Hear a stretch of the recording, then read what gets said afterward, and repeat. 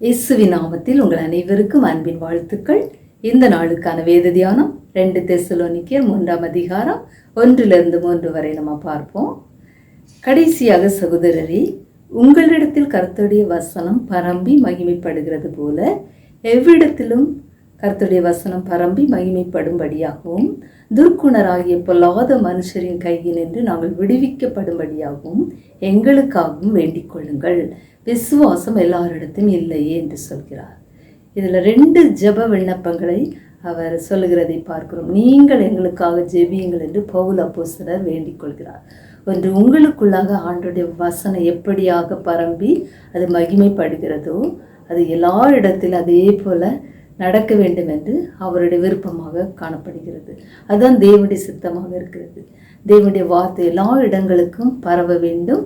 அது மட்டும் பரவுறது மட்டுமல்ல, அவருடைய வார்த்தை எல்லா இடத்திலும் மகிமைப்பட வேண்டும். அப்படியாக வார்த்தை கடந்து சென்று தேவனுடைய நாமம் மகிமைப்படும் போது தேவன் பெரிய காரியங்களை செய்ய வல்லவராயிருக்கிறார். அடுத்ததாக சொல்கிறார், துர்க்குணராகிய பொல்லாத மனுஷரின் கைகளில் நின்று நாங்கள் விடுவிக்கப்படும்படி எங்களுக்காகவும் வேண்டிக் கொள்ளுங்கள் என்று சொல்கிறார். அப்போ ஊழியர்களுக்காக ஜெபிப்பது நம்முடைய கடமையாக இருக்கிறது. அநேக இடங்களில் பவுல் அப்போஸ்தலர் எங்களுக்காக வேண்டிக் கொள்ளுங்கள், எங்களுக்காக வேண்டிக் கொள்ளுங்கள், சுவிசேஷ வாசல்கள் திறக்கப்பட எங்களுக்காக வேண்டிக் கொள்ளுங்கள் என்று சொல்கிறதை நம்ம பார்க்கிறோம்.